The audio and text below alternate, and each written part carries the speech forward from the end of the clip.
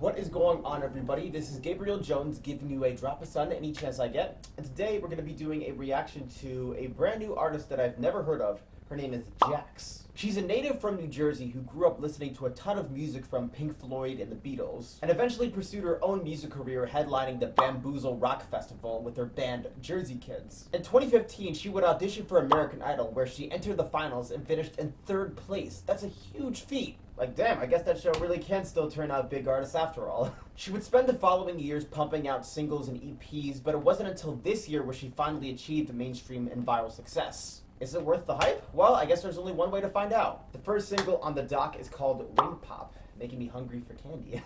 Let's see what it's about.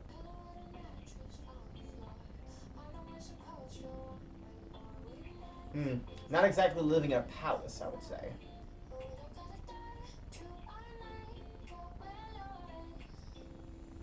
Loaded on love.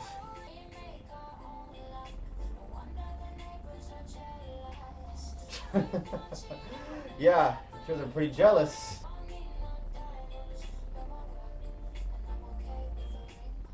Oh, so that's what it's supposed to symbolize in this context. I don't even think they're living near grass.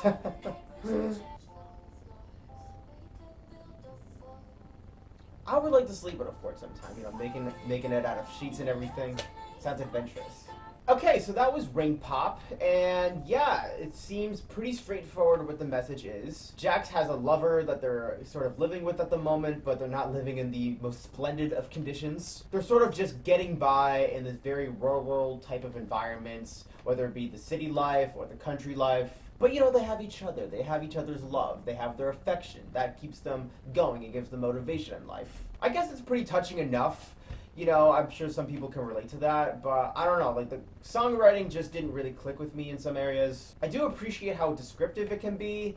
However, I don't think that it was like the most profoundly written. Like on the chorus, she sings, "We make our own luck, no wonder the neighbors are jealous." I don't know if that was the strongest of rhymes. I think she could have found a word that could have worked better in that sense. I don't know, there's just something about the songwriting that I find to be a little clunky and just can't really latch onto that strongly. The production isn't even really that interesting, like it relies on a bunch of snaps and thumping and guitar strumming and plucking.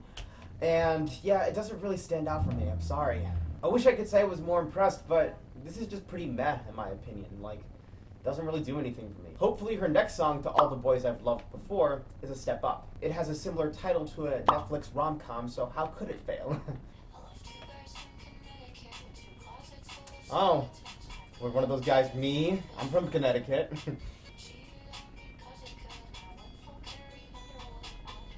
Giving a shout out to the previous finalists of AI.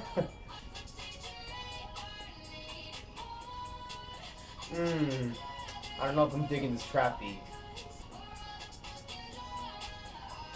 Dropping the F-bomb, precision. Yeah, it kind of sounds psychotic, if you ask me.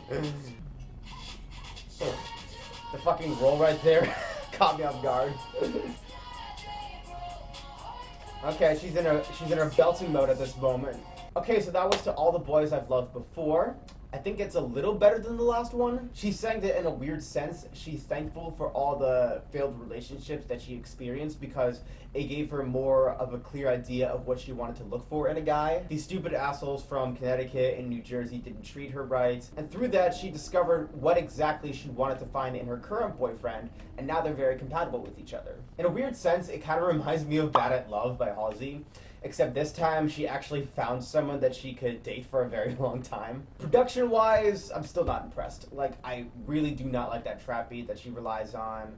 And the guitar plucking just really doesn't stand out to me that well. Like, it's very basic, very, very hollow.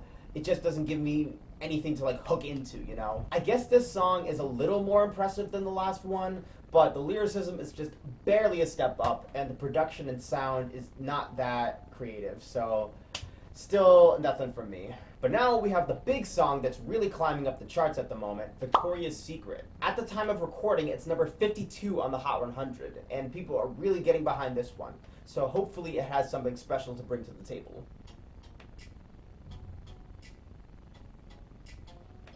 I guess I kind of like that ascending chord progression at the beginning. Yeah, eating disorders are not fun, I would imagine. Oh, wow. You just came rushing in with that bombastic guitar production. Wow.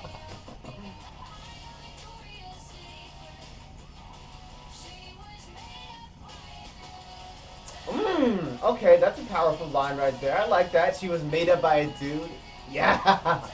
Wow. Very impressive.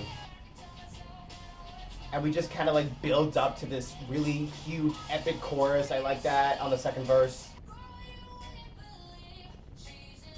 I even appreciate this sort of plucking instrumental on the bridge.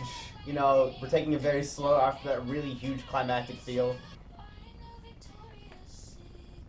And now it's kind of like she's singing it like she's telling us a secret. Okay, so that was Victoria's Secret, and I think I'm getting behind this one. Jax is, of course, singing about body image and how we sort of put pressure on ourselves to look absolutely flawless at all times. And that's been done in pop music many times before. Yeah, like even within the past decade. Like, all about that bass, scars to You're Beautiful. You know, you've seen it everywhere at this point.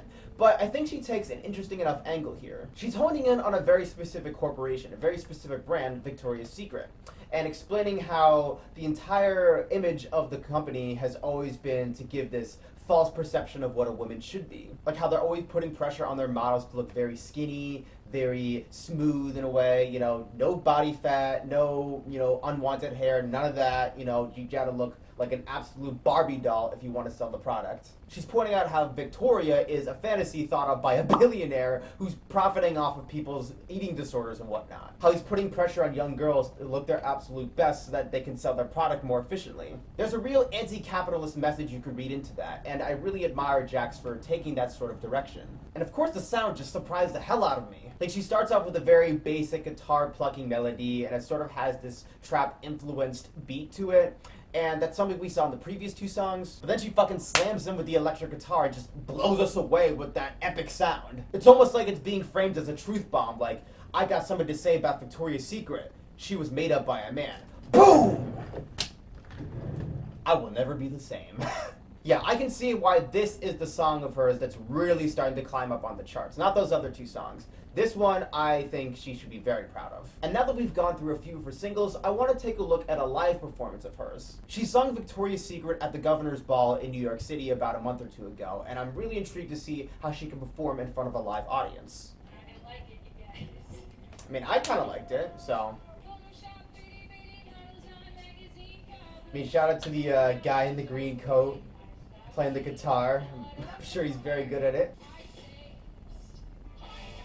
Oh! Yeah, I love the way she just lets the hair fly right there. You know, she just lets it get all in her face. Woo! Damn! She's just letting herself loose. Her voice also fits a lot more in the sort of hard rock sort of way. You know, I think it's very more impressive here.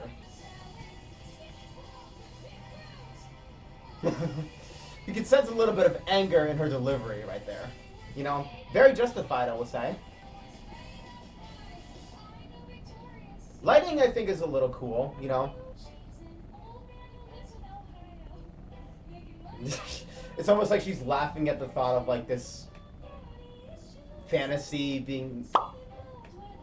Okay, so that was the live performance of Victoria's Secret from Jax. She does look very alive on that stage. She looks like she's having a lot of fun singing this anthem that's now becoming a huge sensation on TikTok. You know, all the exaggerated dance moves of her, like, you know, sexualizing herself. And I could sense that the audience was having fun with it too, you know? She seemed like she was in the spirit, and so she was, like, evoking a lot of that sort of emotion within the, you know, members of the audience. I guess that's because this performance is shot in a way that was clearly done by a spectator. I don't really have much to say about the stage production. You know, some of the lighting looked pretty good, although, you know, the sunlight was sort of like distracting. But I don't think that's the fault of the people who put the stage together. And yeah, I think everything was very swell that day. I don't know if I would call this one of my absolute favorite pop songs of the year, But this is a song that I'm very glad is becoming a hit. Many people, especially young girls, need to understand that it's the capitalist society that we live in that sort of brings about their insecurities and then profits from them. A lot of the body struggles we face come from the media that we're exposed to, and Jax needs to shine a light on that, and she's doing it very well. Like I said, the first two songs I wasn't really feeling that much, no disrespect to anyone who enjoys them. But this song I can very much get behind. I love it. And she should be proud that it's becoming a huge TikTok trend. A lot of people are connecting with it, and I'm betting that she feels very satisfied with that. And with that, I think I'm just about done for today. Thank you guys so much for watching this video. I hope you enjoyed it. If you want to follow me on social media, be sure to check out my Twitter, my Twitch, and my TikTok. The links are going to be in the description. And that's where we're going to wrap up. My name is Gabriel Jones, and the sun may be setting, but I hope you were able to soak up those drops. Take care.